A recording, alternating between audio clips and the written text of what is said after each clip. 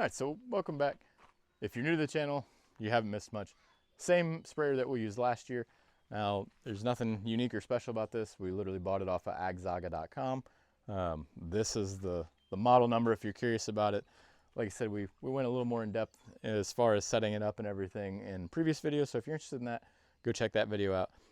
We're just gonna spray our driveways. So we have a lot of driveways to spray, and this saves us a lot of spray, a lot of chemical in general, as a matter of fact. Instead of us doing it by hand and overspraying a ton, and not only that, but wasting a lot of it, this makes it to where we're getting an even pattern across everything. Just like last year when we talked about when we installed this, so it is hooked up to our battery box, has the clamps and everything, or our battery, not our battery box.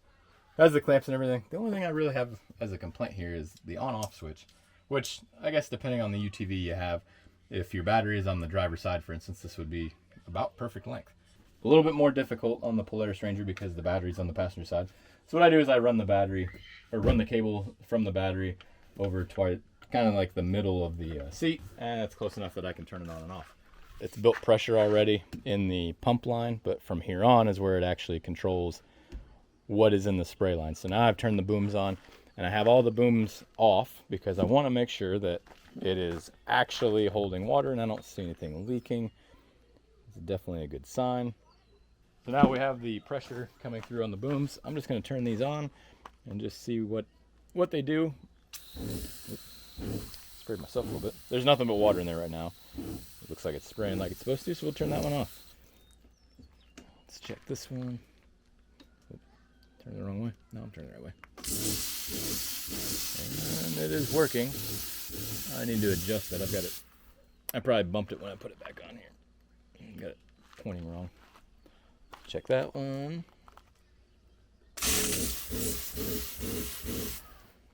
Those all seem to be clean and spraying as they're supposed to. I like that. All right, all of our tests went well. We are going to hit this up tomorrow because we are out of sunlight pretty well, and I'm not gonna bother with it at dark because then I may or may not get everything. So we'll just wait until morning, which will be in like 2 seconds for you. All right, so it's not the next morning, it's the next day. So I lied to you a little bit. However, it was still 2 seconds difference for you. You can see we've got everything hooked up. Now the side-by-side, we already tested the center spray pattern just to make sure nothing's plugged up. And you can see this wet line across the bottom right here. That's gonna show you exactly where it sprayed. Now it went all the way over here to this gate, and it actually got onto the gate a little bit, and then it still went all the way over here and got a little bit onto that concrete footer. Now, this is just the base pattern for us. So I leave that one on because that's pretty much always gonna be covered wherever I'm driving. Now, if I'm going in a wider spot, like when we go to the feedlot, you're gonna see that what'll happen is we'll turn on the other parts of the boom.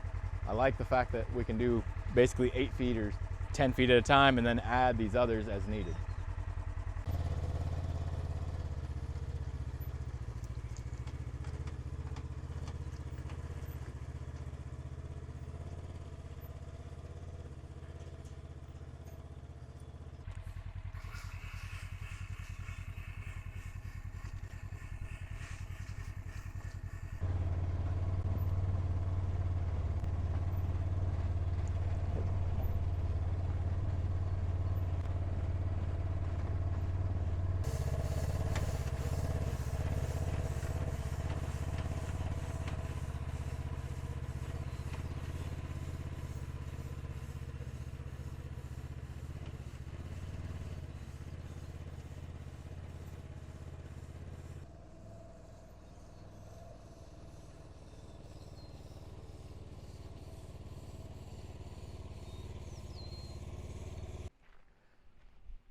Just like that, all done. Everything is sprayed off, feedlot, basically all the driveway stuff for our whole farm. Now we also have another driveway over at my mom's place that we spray as well. Probably somewhere around 35-40 minutes is what it took total, and that's including filling up the actual, or mixing the spray up. Because once we put the spray in there, we already had the 30 gallons in there. We do let the chemical run through there on the regurgitate situation, so it's actually mixed and we're not missing any spray or having really heavy dilution in some spot and very little in others. But in 2 weeks, this video is going to continue. So 2 weeks for me, 2 seconds for you. See you then. All right, so it's been 8 days. I know I told you 2 weeks, but we're going to come back early just because you can already see the effects RM43 does usually take about 2 weeks to work effective, like completely.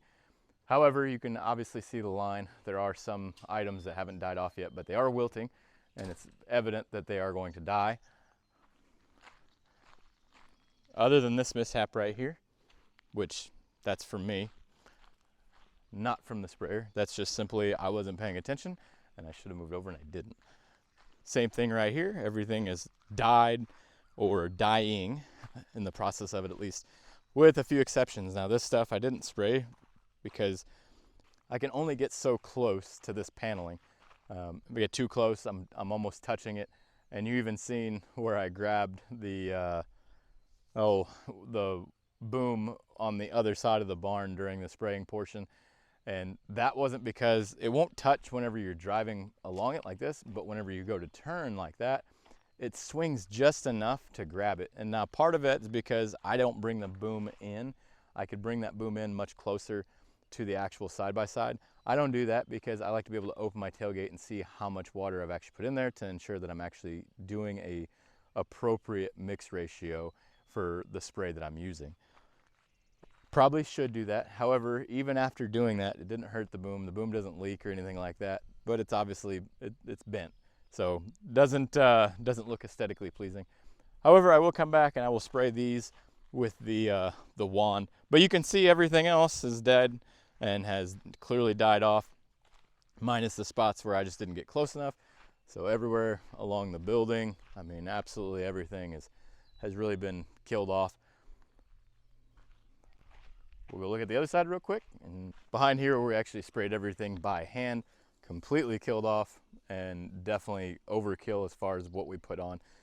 Like we mentioned, we like using the boom because it does save a lot of spray. And in reality, if you put too much spray down, too much of any kind of spray, it's not a good thing. And you see right down the line, everything didn't overspray into this field. Now this pasture over here, we will cut for hay. So we were very careful and ensured that we didn't get any in there, but the boom really makes it to where we can get a clean line and not have to worry about any of this getting where it's not supposed to be. And same thing all the way down here, everything's been died or killed off or is about to die, like this plant right here.